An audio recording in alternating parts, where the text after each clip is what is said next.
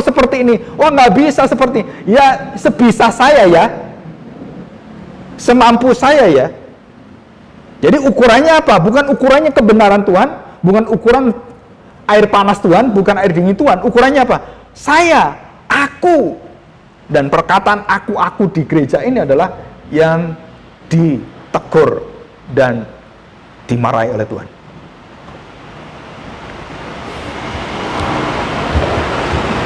Saudara, saya bayangkan begini. Tadi Bapak Superna itu udah tua gitu kan, semangat ya. Saya pernah ketemu satu orang, seorang ibu. Ini kalau nggak di Semarang juga, orangnya udah meninggal ya. Saudara tahu, dia berada di daerah hampir lebih dari 10 kilo. Dan datang ke persekutuan doa pembinaan itu, dia jam 5 berjalan. Jam 5, saudara. Mulai jam 7 kita, jam setengah 7 kan. Dia jam 5 sudah jalan. Jalan kaki. Dan ibu itu umur sekitar 60-70 tahun. Sekarang udah meninggal. Dan dia bukan orang sehat. Dia punya kelainan. Dan dia nggak punya uang. Dan dia berjalan. Nah, saudara bayangkan. Orang yang disediakan semua, ada mobil, ada motor, badan sehat. Kok nggak bisa semangat seperti dia ya? Yang salah apa ini? Semangatnya salah apa? Saudara, itu yang salah apa? Kerohanian kita. Air kita tidak panas dan tidak dingin. Semangat mendengarkan firman Tuhan nggak ada. Terus semangat untuk hidup bersama-sama dengan orang itu nggak ada. Dalam seluruh hidup kita, dalam komunitas kita, dalam pelayanan. Saudara berada di tengah-tengah. Saudara semakin saudara berada di tengah-tengah, saudara semakin dipepet oleh segala macam ujian dan cobaan. Dan iblis tahu bagaimana menghancurkan kita. Dan dia tahu cara-cara yang sudah pakai, dia sudah manjur. Adam jatuh, Daud jatuh, Salomo jatuh, satu persatu semua jatuh semua. Dan tidak ada yang tidak jatuh. Dan iblis pemenang. Kalau bukan karena Tuhan, Ayub pun jatuh, saudara. Betul kan? Kalau Tuhan tidak menjaga Ayub, iblis tahu siapa yang menjaga kamu. Saudara, artinya bahwa kita tidak diperbolehkan, saudara, kasihi Tuhan Allahmu dengan apa, saudara? Dengan apa, saudara? Segenap hatimu, jiwamu, kekuatanmu, segenap, saudara. Saudara, begini, saya mau cerita ilustrasi. Ada dua anak diadu, ya, kejuaraan. Dan ini lari estafet. Anak yang satu udah berlatih jatuh bangun. Anak yang satu mempunyai semua keunggulan, saudara, keunggulan. Dan apa yang terjadi setelah dites, ya, mereka dites fisik, dites semuanya, dan setelah itu apa? Mereka kemudian menjadi petinju. Ini cerita Rocky Balboa. Tahu tuh film Rocky Balboa? Sama-sama anak kampungan. Kayak Mike Tyson itu kan anak jalanan, anak Bronx di Brooklyn yang nggak karu-karuan itu. Dan saudara, waktu dites kemudian dia ditampilkan, dan kemudian Rocky pertama kali mulai mendunia, dikenal dunia, saudara, bukan karena dia berhasil menjatuhkan lawannya, tapi dia berhasil mempertahankan dia tidak KO. Nah, itu beda. Keberhasilannya apa? Kamu pukul saya jatuh, dia bangun lagi, pukul saya sampai yang mukul kecapean.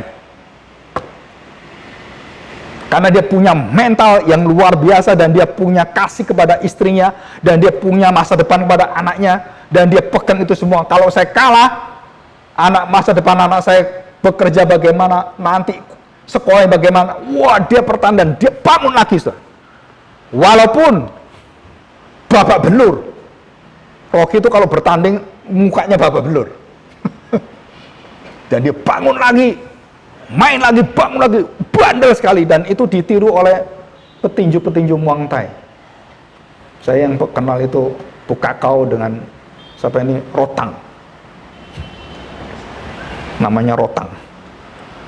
Orang-orang Thailand yang dipukuli, dia tetap bangun, jatuh, bangun lagi. Itu kalau anjing namanya Pitbull. Anjingnya John Wick. Itu persis John Wick. Saudara lihat John Wick nggak? Pembunuh yang sadis itu. Anjingnya Pitbull. Saudara, Pitbull itu satu-satunya anjingnya tidak pernah takut dengan binatang yang lain. Walaupun dia mati ngelawan, dia tetap melawan. Nah, itu Pitbull. Itu anjing juara.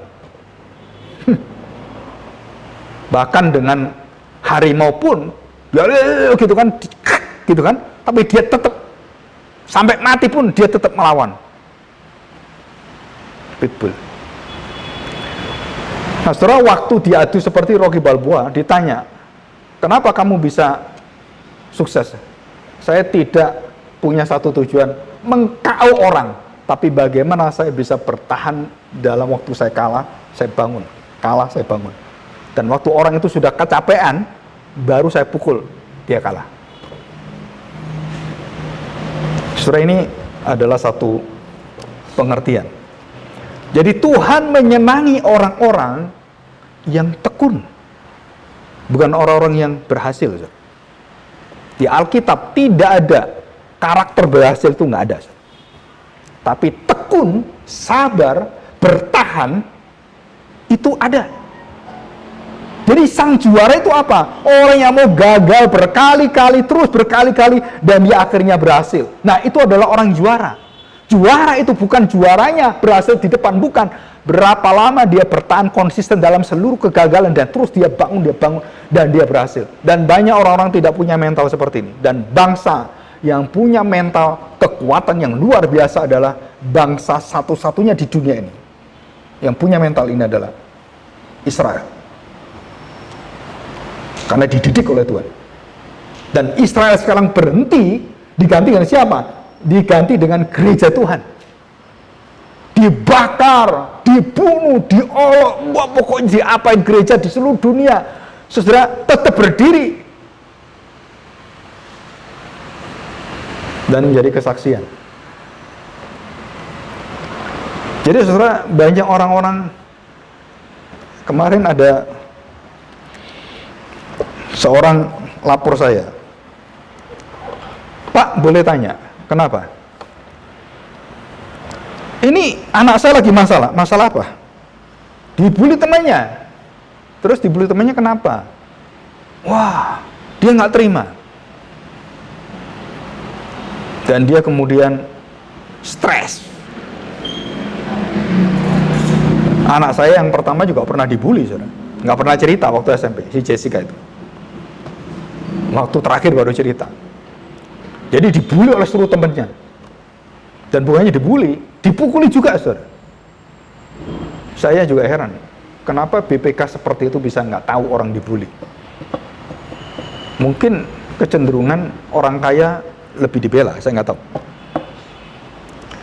Nah, anaknya kemudian ditanya oleh papanya, kamu kenapa gitu? Aku diomong itu ya, orang yang kurang ajar. Orang nggak punya sopan santun, orang pokok diomong gitu semua. Saudara, itu semakin lama dia dengar, semakin dengar. Saudara tahu mentalnya anak-anak yang belum siap, dan waktu dia masuk ke dunia medsos, dan kemudian diolok seperti itu. Berapa banyak orang-orang di Jepang, di Korea yang bunuh diri, saudara. Anak-anak masih kecil ini. Waktu dia tidak berhasil, nggak bisa exam itu ujian gitu ya, nggak berhasil. Temannya ngomong apa? Oh, goblok kamu. Wah, kamu itu anaknya anjing. Nah, gitu kan. Kamu itu malas kayak babi gitu. Wah, dia dengar. Apa yang terjadi? Dia nggak terima. Dan tidak ada benteng dari orang tua yang menjaga anak itu. Setelah itu anak itu akhirnya berpikir bagaimana caranya bisa melawan itu. Dan dia balas olok-olokan. Diolok lagi, dia lebih keras lagi, dan lebih dianjing-anjingkan lagi. Dan bahkan seorang artis pun bisa bunuh diri. Artis Korea bunuh diri ada 2 orang. Bukan karena nggak cantik, karena nggak pede. Dan inilah yang disebut sebagai orang-orang yang seperti kita lihat dalam kondisi apa? Kematian rohani. Jadi mereka nggak siap menerima olokan-olokan seperti itu. Saudara coba lihat Tuhan kita Yesus Kristus, dari dia lahir, dia melayani, nggak ada satu hari tanpa ejekan, tanpa olokan, tanpa dihina, nggak ada, saudara. Siapakah yang paling dibully manusia di sepanjang sejarah di dunia ini, yang paling dihina? Itu adalah Tuhanmu. Yang kamu puji-puji, dia Tuhan yang paling dibenci, dihina, dan diolok-olok oleh manusia. Tapi dia memenangkan itu, saudara. Dan kita semua dikasih kuasa oleh Tuhan untuk memenangkan itu. Kenapa? Karena Yesus sudah memenangkan bagi kita. Dan kita harus bersyukur sebenarnya. Kenapa kita bersyukur? Karena kita mendapatkan kuasa kasih, pengampunan, kesabaran, ketekunan. Kenapa orang itu ngelok saya? Ya dia nggak tahu kasih Tuhan. Udah berhenti kan? Kenapa dia ngelok saya? Kenapa ya? Memang saya salah apa? Saudara, yang bertanggung jawab mengolok-ngolok kita, itu dirinya sendiri, bukan kita, saudara. Kalau dia yang berdosa, dia yang mengolok-ngolok kita, dia yang akan bertanggung jawab, bukan kita kemudian, loh kenapa ngolok saya? Wah, saudara, kita ikut lingkaran setan. Coba kita lihat Tuhan Yesus. Ada satu historian yang disebut sebagai Philo dan Josephus. Dia membandingkan semua pemimpin agama yang waktu dihina, waktu diberontak, saudara, itu marah semua. Raja-raja itu mengerahkan semua kekuatannya. Betul. Ada raja lain hina saya, ada orang yang menghina saya, bunuh dia. Petrus dia, kan masih ingat Petrus ya? Penembak misterius. Ratusan orang hilang, bajingan-bajingan. Yang lawan pemerintah itu, hilang dia. Suaminya Eva Arnas itu tuh hilang sampai sekarang di Petrus. Kemana nggak tahu. Suaminya sendiri langsung dibabat. Tuhan waktu dibandingkan dengan ahli sejarah, ini bukan orang Kristen, ini orang yang waras, yang historian, yang tahu fakta manusia itu apa sebenarnya. Pemimpin-pemimpin waktu dihina itu, wah, mereka punya hati, punya dendam luar biasa. Dan waktu mereka melihat Yesus, apa yang terjadi? Waktu dia disalibkan dengan kesakitan yang luar biasa itu, ucapan-ucapannya itu nggak ada kebencian, nggak ada kutukan-kutukan. Dan apa yang diucapkan? Ya Bapa, ampunilah mereka. Nggak ada seperti itu, saudara. Nah, setelah Tuhan Yesus mati dan dia punya karakter, semua orang-orang tokoh-tokoh di sini meniru semua. Mahatma Gandhi, kemudian Dr. Sun Yat-sen, tokoh-tokoh semuanya. Dan setelah Kristus, semua itu manusia akhirnya punya manusia yang sejati, yang sangat betul-betul manusiawi. Itu siapa? Nah ini, dan kita mengharapkan orang-orang yang jatuh dalam dosa mendapatkan suara-suara dari Kristus dan mendapatkan satu hati yang bisa diterima kembali. Dan Tuhan katakan, saudara, mari kita bertelinga, dengarlah. Jemaat Laodikia, jemaat yang dikasih oleh Tuhan. Dan Tuhan Yesus ketuk pintu, tak, tak, tak, tak, tak. Saudara, ketuk pintu itu artinya apa? Saya selidiki dalam firman Tuhan. Yohanes 6:44, Efesus 2:1, Yesaya 6:10. Saudara, Yesaya dan beberapa rasul tahu, kalau bukan karena kuasa roh Tuhan, kalau bukan karena dibuka oleh roh Tuhan, kamu punya telinga, kamu punya hati, nggak akan bisa menyambut ketukan Tuhan Yesus. Ketukan Tuhan Yesus bukan gedor-gedor, bukan, saudara. Ketukan itu lembut, bukan paksaan, bukan ada maling, bukan. Tapi dia ketukannya lembut dan dia menyapa yang di dalam. Akulah amin. Akulah saksi setia yang benar. Akulah gembalamu. Setelah dalam perjalanan hidup kita, jemaat Laodikia sudah diketuk oleh Tuhan, dan ketukan ini bukan cuma satu kali, bukan past tense, tapi ketukan ini berlanjut terus sampai gereja buka hatinya. Karena bentuk present tense. Jadi diketuk itu, saudara, bukan sekali. Tuhan Yesus mengetuk. Dan hal-hal yang kecil Tuhan ingatkan kembali kepada kuasa kemenangan Tuhan. Tapi kita selalu nggak waspada. Dan kita anggap remeh. Dan hari ini, saudara, jika Philo, Josephus, dan tokoh-tokoh sejarah bisa mengagumi Kristus dengan sikapnya dan sifatnya itu, dan tidak mungkin dilakukan oleh manusia, sampai Yosef mengatakan kalau dia bukan anak Allah, pasti dia orang gila. Nggak ada manusia dalam sejarah seperti ini. Nggak ada satu kata dia yang bisa dijebloskan dalam orang yang bersalah dan layak menerima hukuman yang begitu hina itu. Nggak ada, saudara. Semua orang di bawah itu mengatakan, sampai tentara yang bertobat, kepala tentara mengatakan, memang dia ini anak Allah. Sampai kagum seperti itu, saudara. Jadi apa yang hilang dari Laodikia?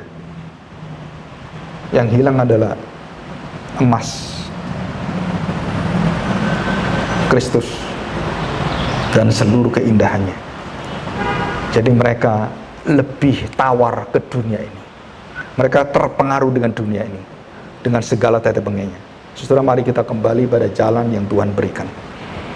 Dan Tuhan katakan, siapapun yang menghina, memfitnah, dan yang menjelekkan kamu, tenang, aku sudah mengangkat engkau sebagai anak-anak kerajaan Allah. Kedudukanmu dengan aku sama di hadapan Bapa. Kita anak-anak Bapa surgawi. Saudara, betapa indahnya. Jadi mental kita, karakter kita sebenarnya tidak terkalahkan. Nggak bisa dikalahkan juga. Dan kita selalu berhasil. Kenapa? Karena kekuatan kuasa bangun kembali. Dan seperti Rocky akhirnya, saudara, apa yang dikatakan? Petinju legenda sepanjang sejarah adalah Rocky Balboa. Bukan karena dia bisa mengalahkan musuh, tapi dia bisa mengalahkan dirinya. Dia bisa menerima segala hinaan sampai dia gagal pun dia bangun. Yang penting gagal bangun. Thomas Alva Edison juga sama. Percobaan sekali gagal. Gagal adalah awal dari semua langkah keberhasilan. Betul kan? Colin Lysander juga sama. Kentucky Fried Chicken, semua nggak mau ditawari resep ayam, nggak mau, semua nggak mau. Dan sekali mau, dunia semua mau. Dan akhirnya sama dengan Kristus. Begitu kita mencicipi Kristus dan memiliki Kristus, saudara, inilah yang dibutuhkan dunia. Dibutuhkan keluarga kita, anak kita, bisnis kita. Ya, mari kita berdoa, kita bersyukur pada Tuhan. Kami bersyukur di hadapan-Mu hari ini. Tuhan, bawa kemuliaan dan kebesaran nama Kristus Yesus Tuhan dan Juru Selamat kami. Dia adalah amin, dan tidak pernah ada keraguan, dan tidak pernah mulutnya bercabang, dan tidak pernah ia menjadi tidak. Tuhan, kami percaya, tanpa melihat kesempurnaan Kristus, kami tidak ada yang hidup, karena Dialah saksi yang benar. Dia menjadikan segala sesuatu indah pada waktunya, dan Dia memulai segala pekerjaan baik dari Tuhan, yang memberikan kami jaminan keselamatan, hidup yang kekal, dan hati yang mau bangun dari semua kegagalan, kejatuhan, dan hidup kami yang terpuruk. Dan kami percaya, Tuhan, jika kami melihat Engkau terus, maka kami akan memiliki kemampuan untuk bersama-sama dengan orang-orang yang percaya membangun kembali harapan kami, dan yang akan Tuhan pulihkan dengan penyertaan. Terima kasih Bapa. Kami akan menyambut perjamuan kudus ini. Tuhan, bawa kami dalam hadirat-Mu yang kudus, untuk mengenang dalam sejarah manusia pengorbanan yang membawa keselamatan yang terbuka bagi segala bangsa, yaitu perjamuan kudus. Terima kasih Bapa. Di dalam nama Tuhan Yesus kami serahkan doa kami. Amin.